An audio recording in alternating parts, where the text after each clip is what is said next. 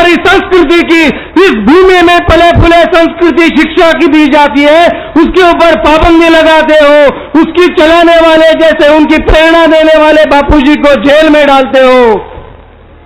हम आज तक बताते आए, एक बहुत बड़ा अंतर्राष्ट्रीय षड्यंत्र रचा जा रहा है। इस देश में संतों को नष्ट करने के लिए यह षड्यंत्र काम कर रहा है। ऐसे सालों से बताते आए हैं।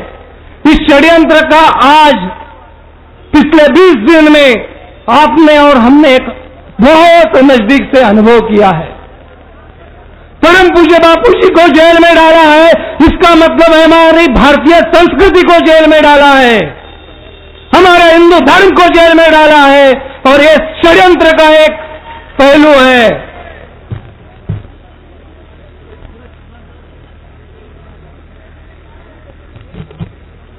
हमारे गुरुबंधु शिवा भाई की जब हमने एक बात सुनी, इसमें कोर्ट ने बताया कि पुलिस वालों ने उसकी शिखा नोच के निकाली।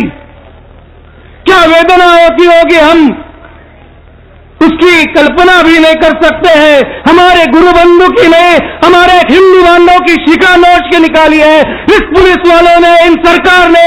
ध्यान में रखो, इस शिखा को इस देश में हम स्मरण करते हैं, उस एक वचन लेते हैं कि इस देश को हम हिंदू राष्ट्र बना के ही रखेंगे, उस शिखा की कसम।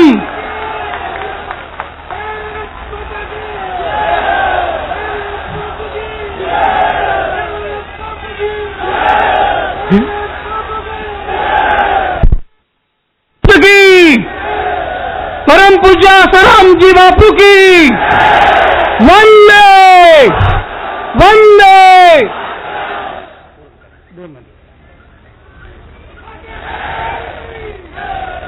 बंधुओं, ध्यान में रखिए, हम बापू जी के 4 करोड़ शिष्य हैं। इस देश की आबादी कुल मात्रा ज्यादा से ज्यादा 100 करोड़ से थोड़ी सी ऊपर है। हर एक व्यक्ति को सिर्फ 30 या 40 लोगों को जाके बताना है कि ध्यान में रखना, इस देश में वही सरकार आनी चाहिए कि जो हमारे संतों का सम्मान करेगी। इस देश में वही सरकार आनी चाहिए जो हिंदू धर्म की रक्षा करेगी। इस देश में वही सरकार आनी चाहिए जो विदेशी तंत्र के ऊपर सेवा भाव के नाम के नीचे, चर्च के नाम के नीचे हमारे देश में धर्मांतरण करने वाले पादरियों को अंदर डालने वाली सरकार आनी चाहिए।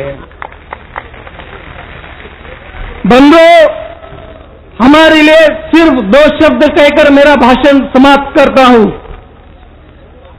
इस षड्यंत्र को, एक बड़ा अंतर्राष्ट्रीय षड्यंत्र को उखाड़ के फेंक देने के लिए हमें भी एक रणनीति का अवलंबन करना होगा।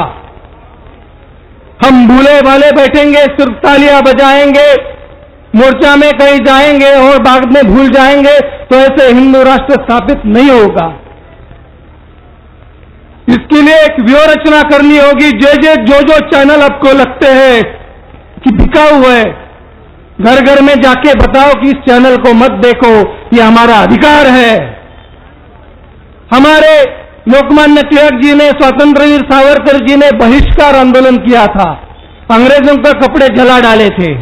उसी प्रकार से इस अंग्रेजों का विचार धारण करने वाले चैनलों के ऊपर आज से हम बहिष्कार डालेंगे।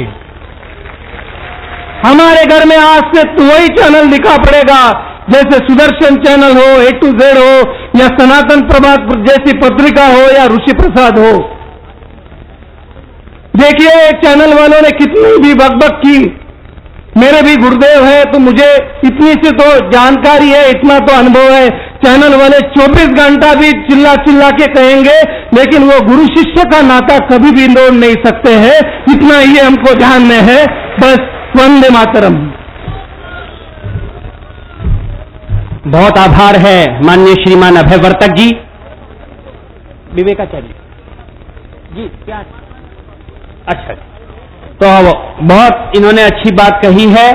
जो बापू का नहीं है वो हमारा भी नहीं है। और इस समय धीरज धर्म मित्र अरु नारी, आपत काल परखिए चारी।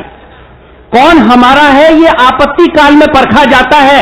और आज ये शर्म की बात है कि वो लोग जो बापूजी से आशीर्वाद मांगते थे, उनके चरणों में लौटते थे, वो सब आज गुफाओं में छिप गए। पता नहीं, जैसे चूहा बिल में छिप जाता है वैसे छिप गए। मैं किसी एक के लिए नहीं कह रहा हूं, सबके लिए कह रहा हूं। फोटो लगाते थे, बापूजी के चरणों में लौटते थे, आशीर्वाद लेते थे और आशीर्वादों से सफल हुए, आशीर्वादों का फल प्राप्त किया है। लेकिन एक भस्मासुर था जिसको आशीर्वाद मिला, भस्मासुर को शंकर जी ने आशीर्वाद दे दिया। बोले जिसके सिर पे हाथ रखो भस्म हो जाए। बाद में उसने सोचा शंकर जी को ही भस्म करे। अब शंकर जी आगे आगे, भस्मासुर पीछे पीछे। शंकर जी बच के भाग रहे, ये मेरे को ही मार रहा है, मेरे से आशीर्वाद लेके, मेरे से सत्ता पाके मेरे को मार रहा है ये। तो भस्मासुर पीछे पीछे, शंकर जी आगे आगे डर के भाग रहे हैं, भागे जा रहे हैं। तब भगवान विष्णु आए, और विष्णु और शिव तो एक ही है। तो भस्मासुर को भस्म कराया ऐसे हाथ रखवा के। तो आज के भस्मासुर को मैं सावधान करना चाहता हूं कि ऐसा मत करो। अपराध होने के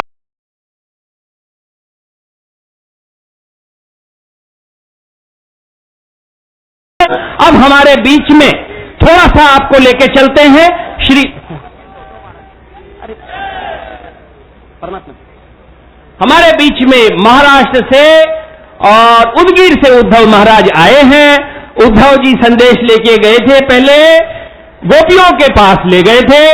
आज उद्धव जी संदेश कुछ सरकार के पास ले जाएं और सद्बुद्धि आया ऐसा कोई संदेश लीजिए। उद्धव जी बड़े बुद्धिमान थे। तो उद्धव जी महाराज का एक बार तालियों से अभिनंदन करो। उदगीर महाराष्ट्र से आए हैं उद्धव जी महाराज।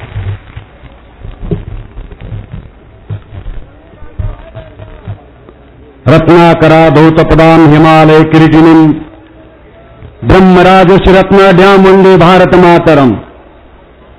धर्म एव समस्तानां यतं संसिद्धि कारणं निष्प्रपि मायोगी धर्म मार्गमेन त्यजेत्।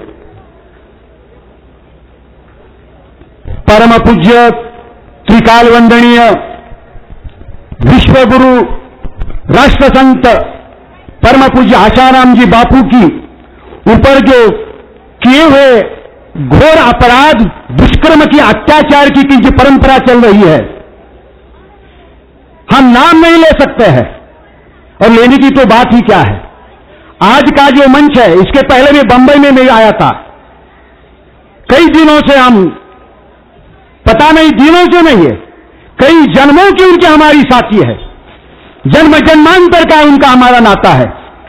उस नाते के लिए आज का यह विशाल मंच परम पूज्य सद्गुरु धर्माचार्य, कई भारत के प्रांतों से आए हुए महान संत धर्माचार्य और उपस्थित मेरे पूज्य भाई बहनों और साधक,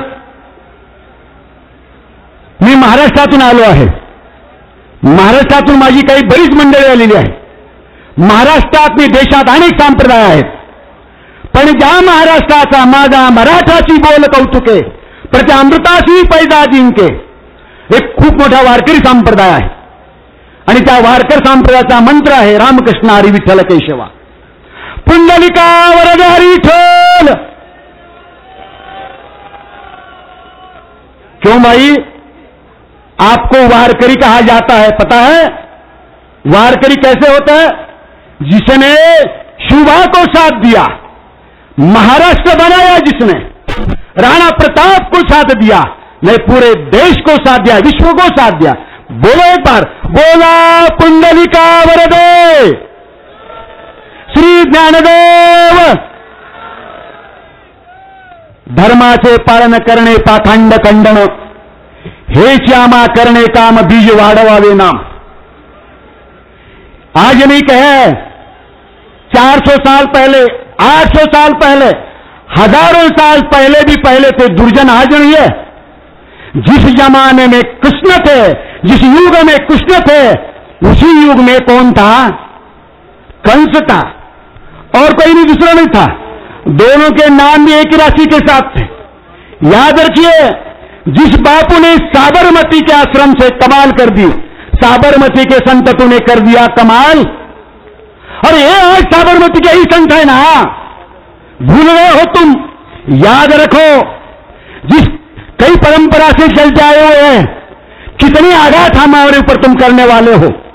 एक नहीं है, अनेक संतों के ऊपर किया है।